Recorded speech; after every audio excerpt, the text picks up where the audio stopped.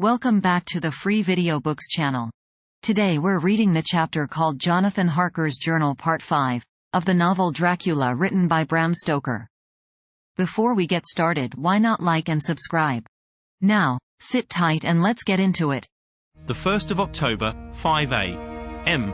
I went with the party to the search with an easy mind, for I think I never saw Mina so absolutely strong and well. I am so glad that she consented to hold back and let us men do the work.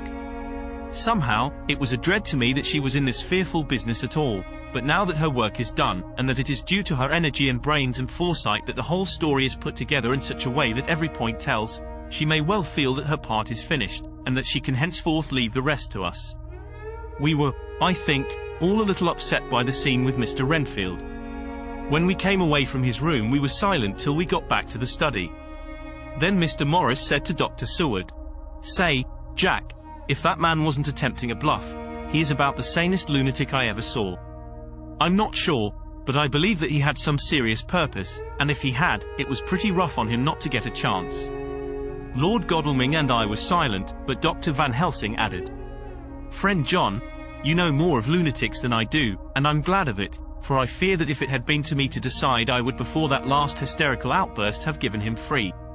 But we live and learn, and in our present task we must take no chance, as my friend Quincy would say. All is best as they are." Dr. Seward seemed to answer them both in a dreamy kind of way. "I don't know but that I agree with you. If that man had been an ordinary lunatic I would have taken my chance of trusting him, but he seems so mixed up with the Count in an indexy kind of way that I am afraid of doing anything wrong by helping his fads. I can't forget how he prayed with almost equal fervor for a cat, and then tried to tear my throat out with his teeth. Besides, he called the Count Lord and Master, and he may want to get out to help him in some diabolical way. That horrid thing has the wolves and the rats and his own kind to help him, so I suppose he isn't above trying to use a respectable lunatic. He certainly did seem earnest, though. I only hope we have done what is best. These things, in conjunction with the wild work we have in hand, help to unnerve a man." The professor stepped over, and laying his hand on his shoulder, said in his grave, kindly way, "Friend John, have no fear. We are trying to do our duty in a very sad and terrible case. We can only do as we deem best. What else have we to hope for, except the pity of the good God?" Lord Godalming had slipped away for a few minutes, but now he returned. He held up a little silver whistle, as he remarked, "That old place may be full of rats, and if so, I've got an antidote on call." Having passed the wall, we took our way to the house, taking care to keep in the shadows of the trees on the lawn when the moonlight shone out. When we got to the porch the professor opened his bag and took out a lot of things, which he laid on the step, sorting them into 4 little groups, evidently one for each.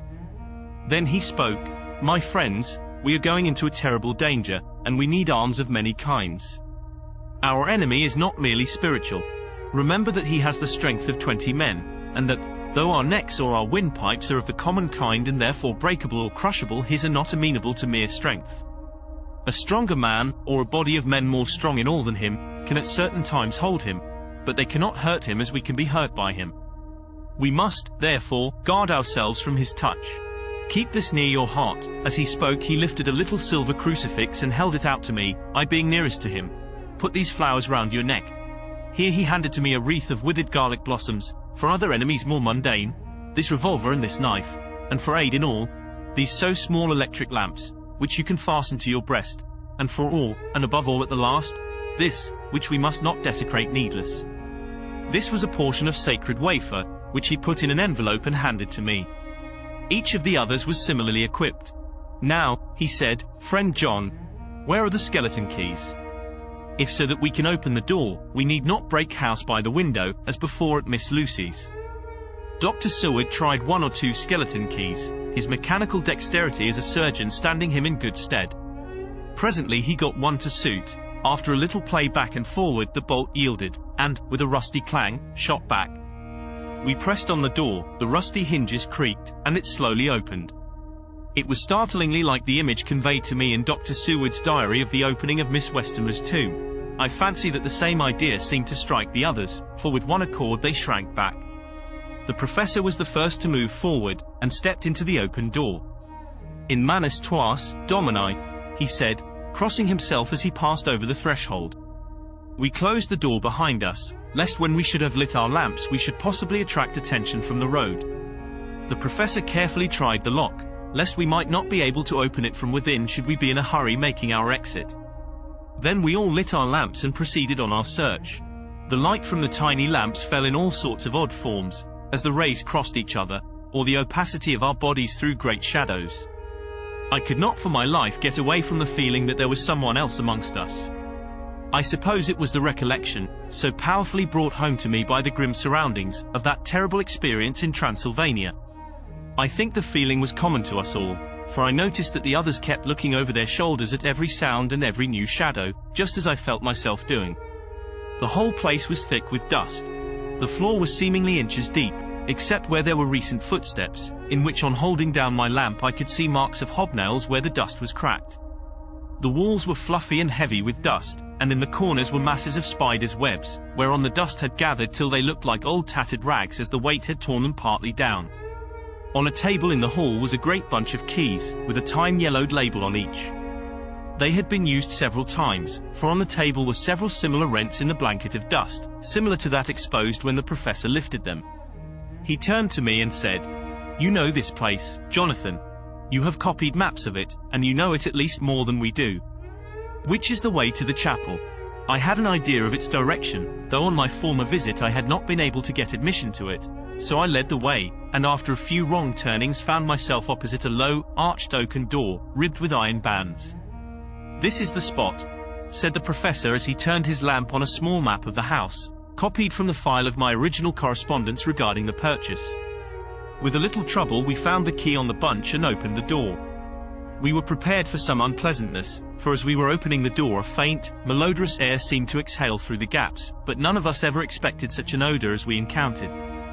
None of the others had met the Count at all at close quarters, and when I had seen him he was either in the fasting stage of his existence in his rooms or, when he was gloated with fresh blood, in a ruined building open to the air, but here the place was small and close, and the long disuse had made the air stagnant and foul. There was an earthy smell, as of some dry miasma, which came through the fouler air. But as to the odor itself, how shall I describe it? It was not alone that it was composed of all the ills of mortality and with the pungent, acrid smell of blood, but it seemed as though corruption had become itself corrupt. For it sickens me to think of it. Every breath exhaled by that monster seemed to have clung to the place and intensified its loathsomeness. Under ordinary circumstances such a stench would have brought our enterprise to an end, but this was no ordinary case, and the high and terrible purpose in which we were involved gave us a strength which rose above merely physical considerations. After the involuntary shrinking consequent on the first nauseous whiff, we one and all set about our work as though that loathsome place were a garden of roses. We made an accurate examination of the place, the professor saying as we began, "The first thing is to see how many of the boxes are left. We must then examine every hole and corner and cranny and see if we cannot get some clue as to what has become of the rest." A glance was sufficient to show how many remained, for the great earth chests were bulky, and there was no mistaking them. There were only 29 left out of the 50. Once I got a fright, for, seeing Lord Godalming suddenly turn and look out of the vaulted door into the dark passage beyond, I looked too, and for an instant my heart stood still. Somewhere, looking out from the shadow, I seemed to see the highlights of the Count's evil face, the ridge of the nose, the red eyes, the red lips, the awful pallor. It was only for a moment, for, as Lord Godalming said, I thought I saw a face, but it was only the shadows, and resumed his inquiry. I turned my lamp in the direction, and stepped into the passage. There was no sign of anyone, and as there were no corners, no doors, no aperture of any kind, but only the solid walls of the passage, there could be no hiding place even for him. I took it that fear had helped imagination, and said nothing. A few minutes later I saw Morris step suddenly back from a corner, which he was examining. We all followed his movements with our eyes, for undoubtedly some nervousness was growing on us, and we saw a whole mass of phosphorescence, which twinkled like stars. We all instinctively drew back. The whole place was becoming alive with rats. For a moment or two we stood appalled, all save Lord Godalming, who was seemingly prepared for such an emergency. Rushing over to the great iron-bound oaken door, which Dr. Seward had described from the outside, and which I had seen myself, he turned the key in the lock, drew the huge bolts, and swung the door open. Then, taking his little silver whistle from his pocket, he blew a low, shrill call. It was answered from behind Dr. Seward's house by the yelping of dogs, and after about a minute 3 terriers came dashing round the corner of the house. Unconsciously we had all moved towards the door, and as we moved I noticed that the dust had been much disturbed. The boxes which had been taken out had been brought this way. But even in the minute that had elapsed, the number of the rats had vastly increased. They seemed to swarm over the place all at once, till the lamplight, shining on their moving dark bodies and glittering, baleful eyes, made the place look like a bank of earth set with fireflies. The dogs dashed on, but at the threshold suddenly stopped and snarled, and then, simultaneously lifting their noses, began to howl in most lugubrious fashion. The rats were multiplying in thousands, and we moved out. Lord Godalming lifted one of the dogs, and carrying him in, placed him on the floor. The instant his feet touched the ground he seemed to recover his courage, and rushed at his natural enemies. They fled before him so fast that before he had shaken the life out of a score, the other dogs, who had by now been lifted in the same manner, had but small prey ere the whole mass had vanished. With their going it seemed as if some evil presence had departed, for the dogs frisked about and barked merrily as they made sudden darts at their prostrate foes, and turned them over and over and tossed them in the air with vicious shakes. We all seemed to find our spirits rise. Whether it was the purifying of the deadly atmosphere by the opening of the chapel door, or the relief which we experienced by finding ourselves in the open, I know not, but most certainly the shadow of dread seemed to slip from us like a robe, and the occasion of our coming lost something of its grim significance, though we did not slacken a whit in our resolution. We closed the outer door and barred and locked it, and bringing the dogs with us, began our search of the house. We found nothing throughout except dust in extraordinary proportions, and all untouched save for my own footsteps when I had made my first visit. Never once did the dogs exhibit any symptom of uneasiness, and even when we returned to the chapel they frisked about as though they had been rabbit hunting in a summer wood. The morning was quickening in the east when we emerged from the front. Dr. Van Helsing had taken the key of the hall door from the bunch, and locked the door in orthodox fashion, putting the key into his pocket when he had done. "So far," he said, "our night has been eminently successful. No harm has come to us such as I feared might be, and yet we have ascertained how many boxes are missing. More than all do I rejoice that this, our first and perhaps our most difficult and dangerous step has been accomplished without the bringing the re-in-tow our most sweet Madam Mina, or troubling her waking or sleeping thoughts with sights and sounds and smells of horror which she might never forget. One lesson, too, we have learned, if it be allowable to argue a particulari, that the brute beasts which are to the Count's command are yet themselves not amenable to his spiritual power. For look, these rats that would come to his call, just as from his castle top he summoned the wolves to your going and to that poor mother's cry, though they come to him, they run pell-mell from the so little dogs of my friend Arthur. We have other matters before us, other dangers, other fears, and that monster he has not used his power over the brute world for the only or the last time tonight. So be it that he has gone elsewhere. Good. It has given us opportunity to cry, check, in some ways in this chess game, which we play for the stake of human souls. And now let us go home. The dawn is close at hand, and we have reason to be content with our first night's work. It may be ordained that we have many nights and days to follow, if full of peril, but we must go on, and from no danger shall we shrink." The house was silent when we got back, save for some poor creature who was screaming away in one of the distant wards, and a low, moaning sound from Renfield's room. The poor wretch was doubtless torturing himself, after the manner of the insane, with needless thoughts of pain. I came tiptoe into our own room, and found Mina asleep, breathing so softly that I had to put my ear down to hear it. She looks paler than usual. I hope the meeting tonight has not upset her. I am truly thankful that she is to be left out of our future work, and even of our deliberations. It is too great a strain for a woman to bear. I did not think so at first, but I know better now. Therefore I am glad that it is settled. There may be things which would frighten her to hear, and yet to conceal them from her might be worse than to tell her if once she suspected that there was any concealment. Henceforth our work is to be a sealed book to her, till at least such time as we can tell her that all is finished, and the earth free from a monster of the nether world. I dare say it will be difficult to begin to keep silence after such confidence as ours, but I must be resolute, and tomorrow I shall keep dark over tonight's doings, and shall refuse to speak of anything that has happened. I rest on the sofa, so as not to disturb her. The 1st of October, later. I suppose it was natural that we should have all overslept ourselves, for the day was a busy one, and the night had no rest at all. Even Mina must have felt its exhaustion, for though I slept till the sun was high, I was awake before her, and had to call 2 or 3 times before she awoke. Indeed, she was so sound asleep that for a few seconds she did not recognize me, but looked at me with a sort of blank terror, as one looks who has been waked out of a bad dream. She complained a little of being tired, and I let her rest till later in the day. We now know of 21 boxes having been removed, and if it be that several were taken in any of these removals, we may be able to trace them all. Such will, of course, immensely simplify our labor, and the sooner the matter is attended to the better. I shall look up Thomas Snelling today. Dr. Seward's diary, the 1st of October. It was towards noon when I was awakened by the professor walking into my room. He was more jolly and cheerful than usual, and it is quite evident that last night's work has helped to take some of the brooding weight off his mind.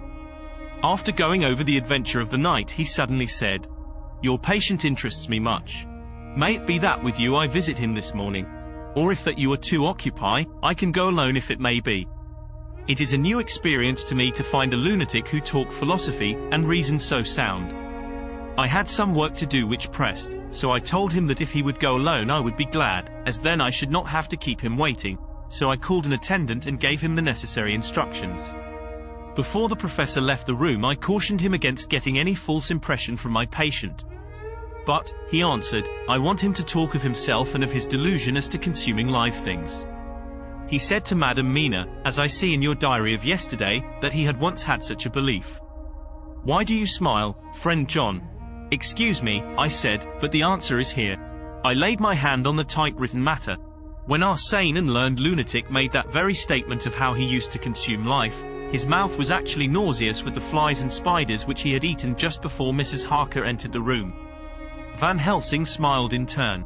Good, he said. Your memory is true, friend John. I should have remembered. And yet it is this very obliquity of thought and memory which makes mental disease such a fascinating study. Perhaps I may gain more knowledge out of the folly of this madman than I shall from the teaching of the most wise. Who knows? I went on with my work, and before long was through that in hand. It seemed that the time had been very short indeed, but there was Van Helsing back in the study. Do I interrupt? He asked politely as he stood at the door. Not at all, I answered. Come in. My work is finished, and I am free. I can go with you now, if you like. It is needless, I have seen him. Well, I fear that he does not appraise me at much. Our interview was short. When I entered his room he was sitting on a stool in the center, with his elbows on his knees, and his face was the picture of sullen discontent. I spoke to him as cheerfully as I could, and with such a measure of respect as I could assume. He made no reply whatever. Don't you know me? I asked. His answer was not reassuring. I know you well enough. You are the old fool Van Helsing.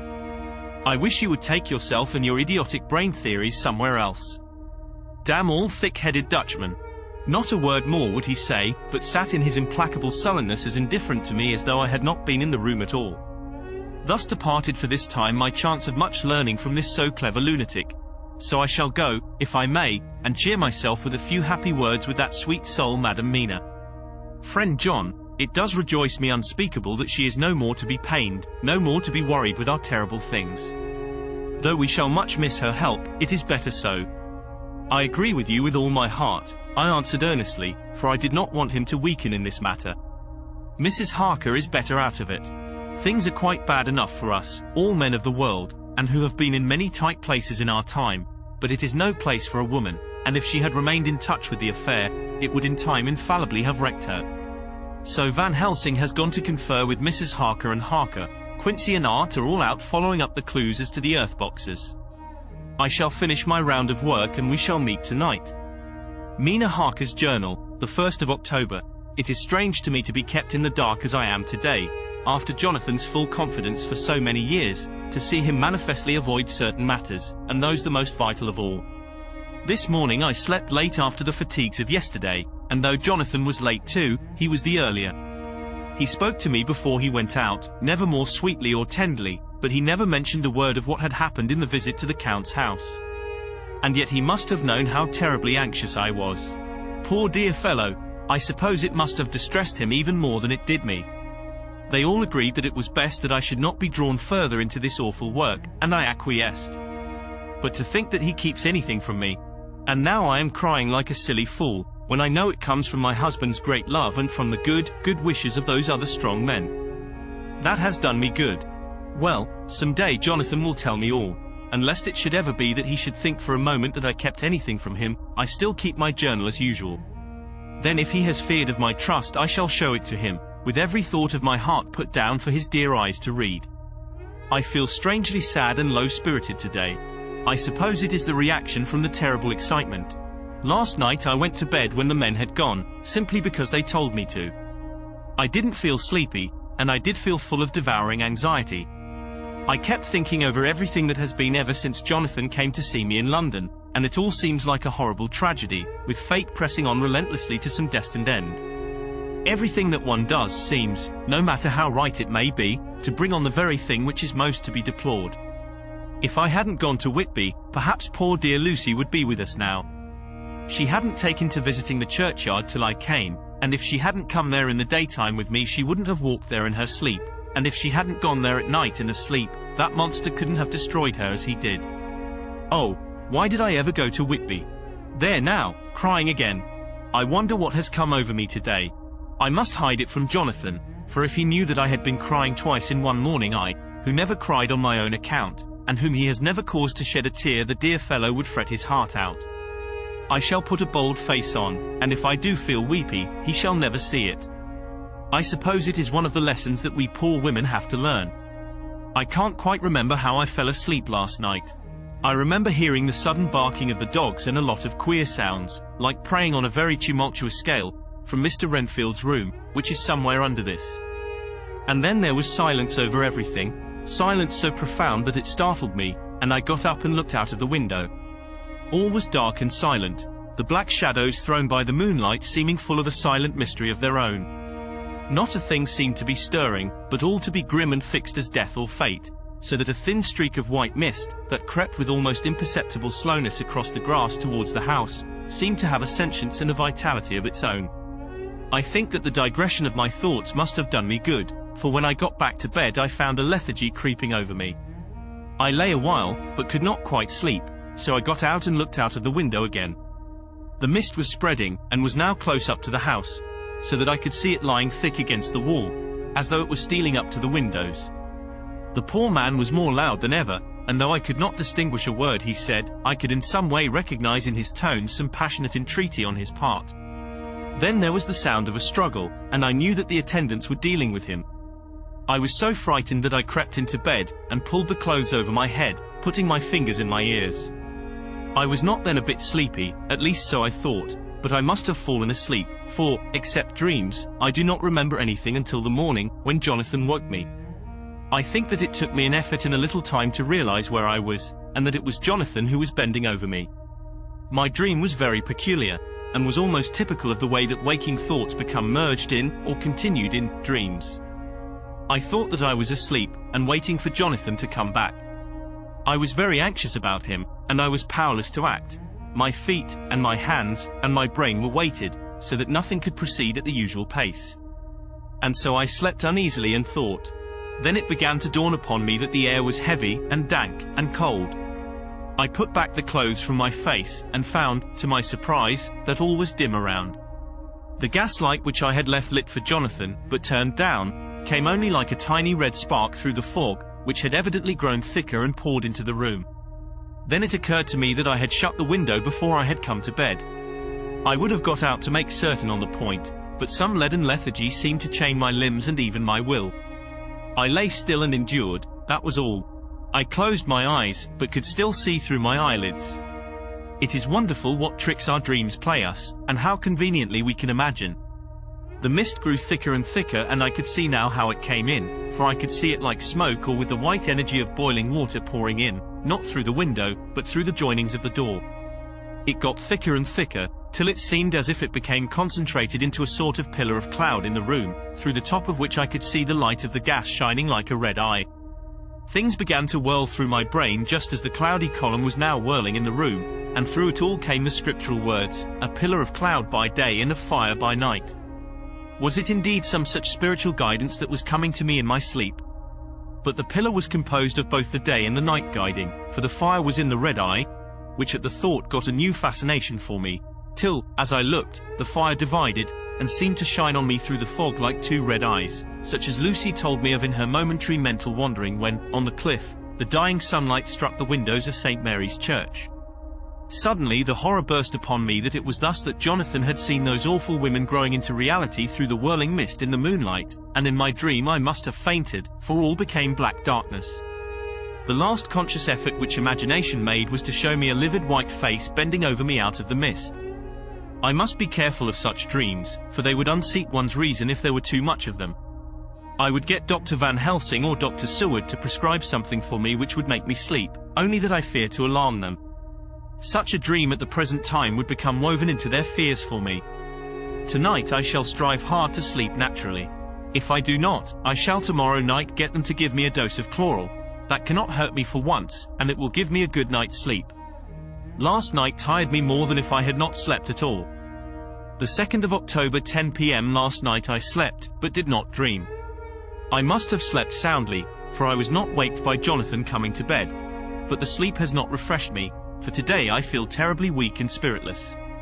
I spent all yesterday trying to read, or lying down dozing. In the afternoon Mr. Renfield asked if he might see me. Poor man, he was very gentle, and when I came away he kissed my hand and bade God bless me. Some way it affected me much. I am crying when I think of him. This is a new weakness, of which I must be careful. Jonathan would be miserable if he knew I had been crying. He and the others were out till dinner time, and they all came in tired. I did what I could to brighten them up, and I suppose that the effort did me good, for I forgot how tired I was. After dinner they sent me to bed, and all went off to smoke together, as they said, but I knew that they wanted to tell each other of what had occurred to each during the day. I could see from Jonathan's manner that he had something important to communicate. I was not so sleepy as I should have been, so before they went I asked Dr. Seward to give me a little opiate of some kind, as I had not slept well the night before. He very kindly made me up a sleeping draught, which he gave to me, telling me that it would do me no harm, as it was very mild. I have taken it, and am waiting for sleep, which still keeps aloof. I hope I have not done wrong, for as sleep begins to flirt with me, a new fear comes, that I may have been foolish in thus depriving myself of the power of waking. I might want it. Here comes sleep. Good night. Did you enjoy today's chapter of Dracula? Why not subscribe and ring the bell? Next time we'll be reading the chapter, Jonathan Harker's Journal Part 6 Inches. Don't miss it.